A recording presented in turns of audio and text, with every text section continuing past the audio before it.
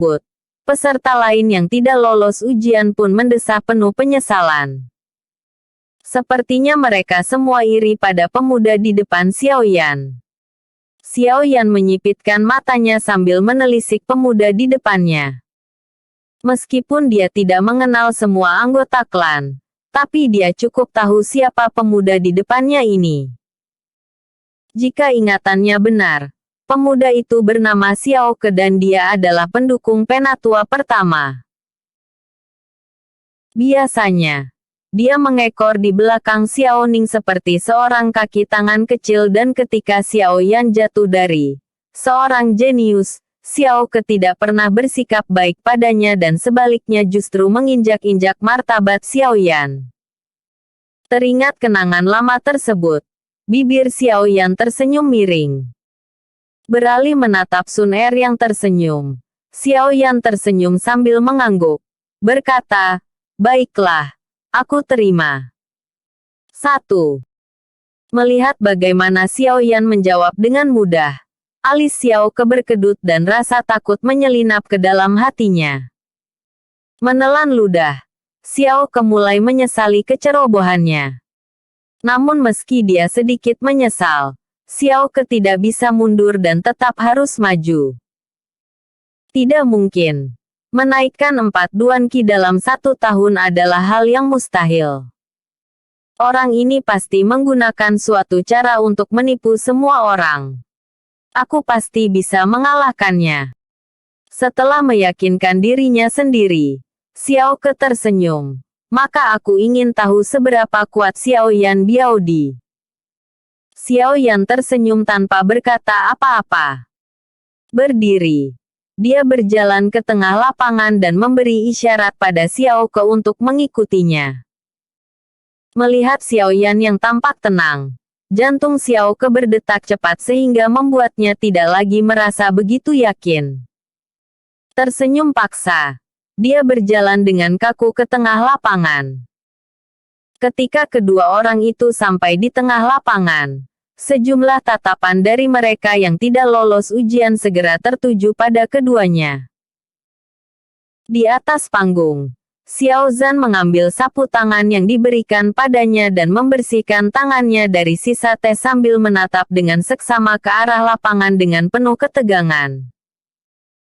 Sejujurnya, tidak hanya generasi muda yang meragukan pencapaian Xiao Yan, bahkan Xiao Zhan sendiri tidak bisa sepenuhnya percaya.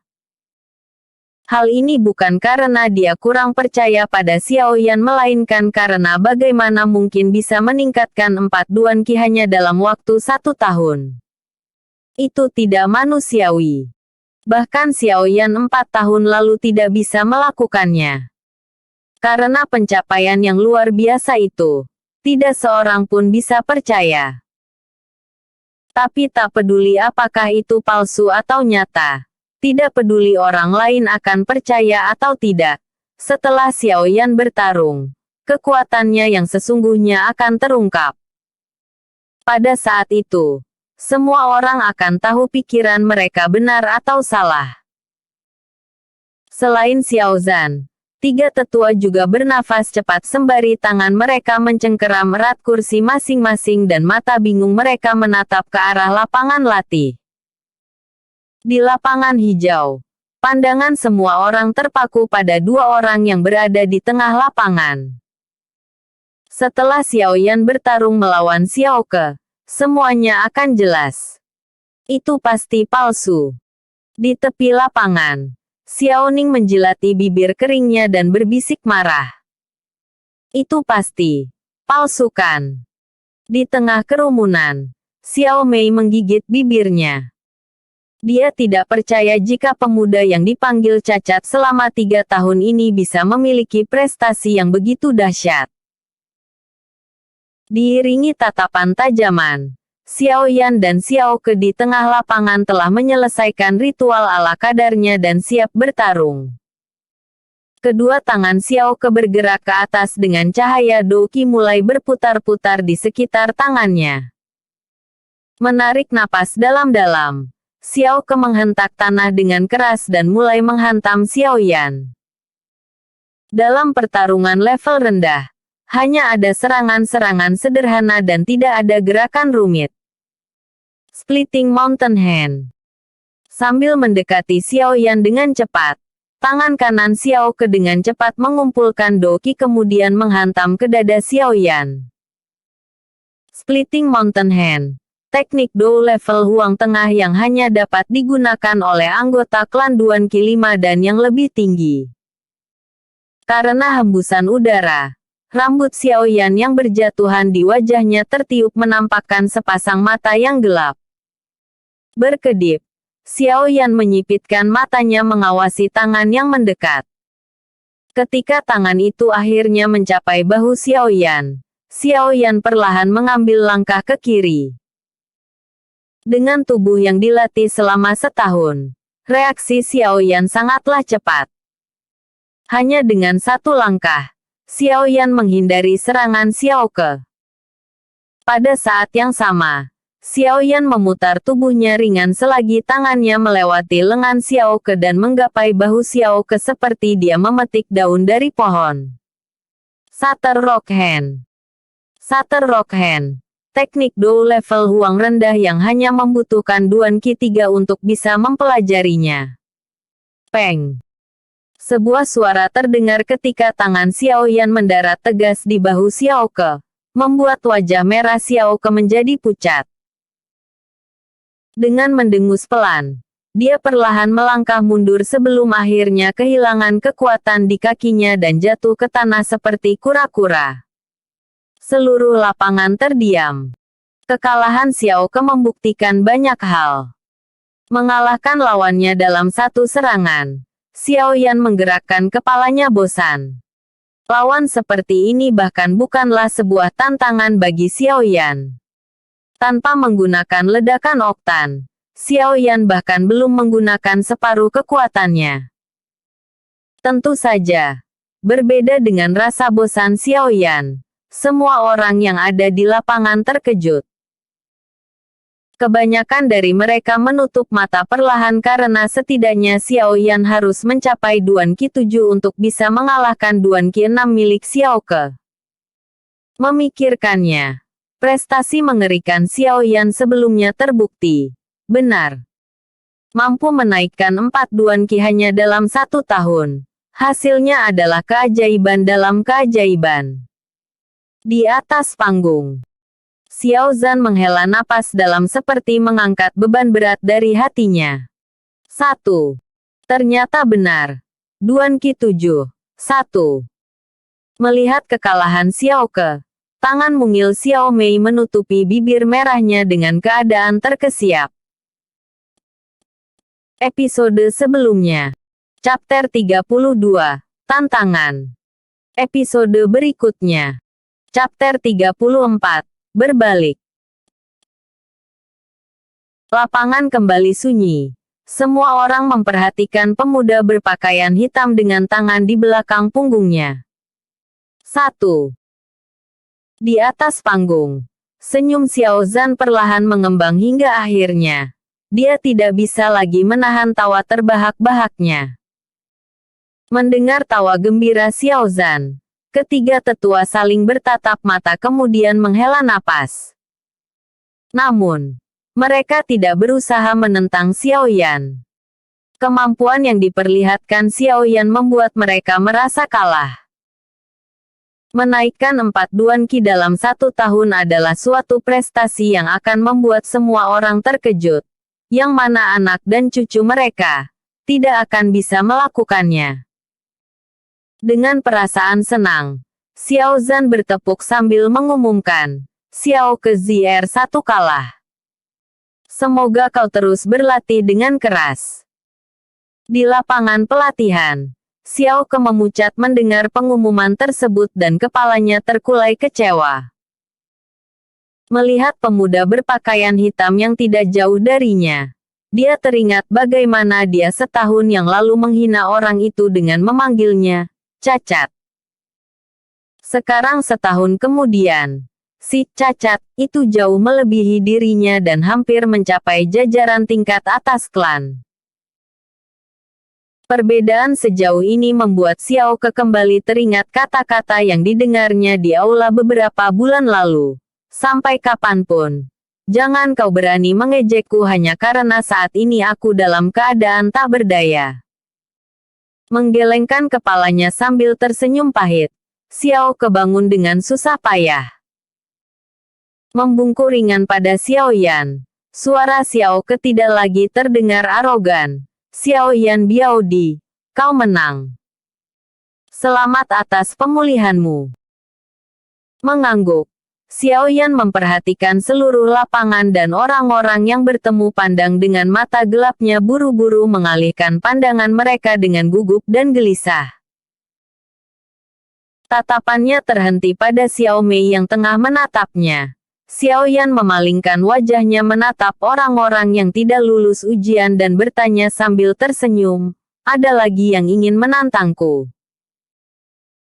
Melihat Xiao Yan, para anggota klan yang ingin menantang Xiao Yan sebelum Xiao Ke maju segera menutup mulut mereka dan menatap langit seolah kata-kata Xiao Yan tidak ada hubungannya dengan mereka. Tak seorang pun dari mereka ingin maju dan menjadi penantang selanjutnya. Melihat tingkah kekanak-kanakan mereka yang berpura-pura bodoh, Xiao Yan mengangkat bahu ringan dan berjalan kembali ke tempatnya. Melihat Xiao Yan duduk di sampingnya, Sun Er tersenyum sambil memperhatikan lapangan. Sambil memainkan helai rambutnya, dia berbisik, Xiao Yan GG. 3 tahun lalu, mereka menatapmu seperti ini. 3 tahun lalu, aku sangat gembira dengan tatapan hormat dan takut mereka padaku, tapi hari ini, aku tidak merasakan apa-apa. Xiao Yan menyentuh hidungnya dan tertawa. Xiao Yan GG sudah dewasa. Sun Er mengedipkan matanya usil. Disebut dewasa oleh seorang gadis, Xiao Yan tidak bisa menahan tawa. Sambil mengusap kepala Sun Er, dia tersenyum. Tidak lebih dewasa darimu. Terkadang aku merasa seperti ada monster berusia 1000 tahun yang bersembunyi di dalam dirimu. Mendengar itu, Sun Er menatap Xiao Yan tajam sambil merengut. Tak peduli seberapa riang seorang gadis, tak akan ada seorang pun yang suka disebut monster tua. Ekspresi merengut Sun Er terlihat begitu cantik hingga menarik perhatian para pemuda bahkan para gadis di sekelilingnya. Bajingan itu benar-benar sombong. Xiao Ning, seperti yang lain, juga tertarik pada ekspresi merengut Sun Er, tapi melihat interaksi akrab antara Sun Er dan Xiao Yan, tubuhnya terbakar api cemburu.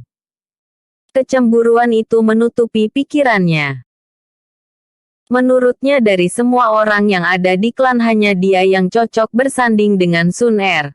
Tapi jika diingat kembali, dia sadar apapun yang dia lakukan, Sun Er jarang menanggapinya dengan senyum.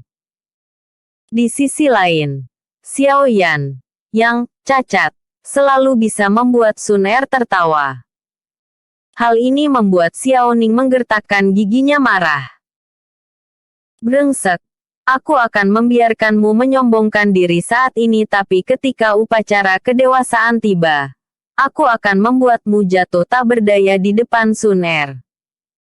Mengepalkan tangannya, Xiao Ning menatap dingin pada Xiao Yan yang tengah duduk bersila. Meskipun Xiao Ning juga terkejut dengan kecepatan berlatih Xiao Yan dalam 1 tahun terakhir, dia tidak bisa mengubah sikap angkuhnya. Selain itu, Xiao Ning, yang menjadi satu-satunya lelaki di dalam klan yang hampir bisa disandingkan dengan Sun Er, merasa terancam dari pencapaian Xiao Yan yang tiba-tiba. Sebelum dia tumbuh kuat, aku akan memberinya pukulan tanpa ampun. Skenario terbaik adalah memukulnya hingga terluka parah dan membuatnya berhenti berlatih. 1. Sambil memikirkan ide-ide jahat, ujung bibir Xiao Ning tersenyum.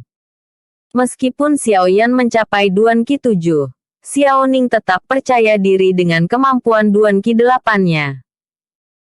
Bagaimanapun, Ada perbedaan kemampuan yang sangat besar dari setiap Duan Qi di atas Duan Qi 7. Berbincang dengan suara rendah bersama Sun Er, pandangan Xiao Yan secara asal memperhatikan sekeliling lapangan dan menangkap senyum di wajah Xiao Ning.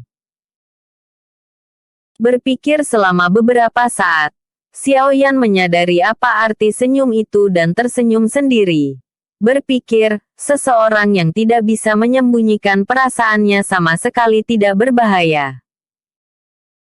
Setelah Xiao Ke kalah dari Xiao Yan, tak seorang pun berani menantang Xiao Yan yang tengah duduk dan para anggota klan yang tidak lolos tersebut mengalihkan tatapan mereka pada orang lain. Tapi setelah beberapa putaran, hanya 2 orang yang beruntung dan sudah biasa menggunakan teknik Dou yang mampu mengalahkan lawan mereka dan bisa mengikuti upacara kedewasaan.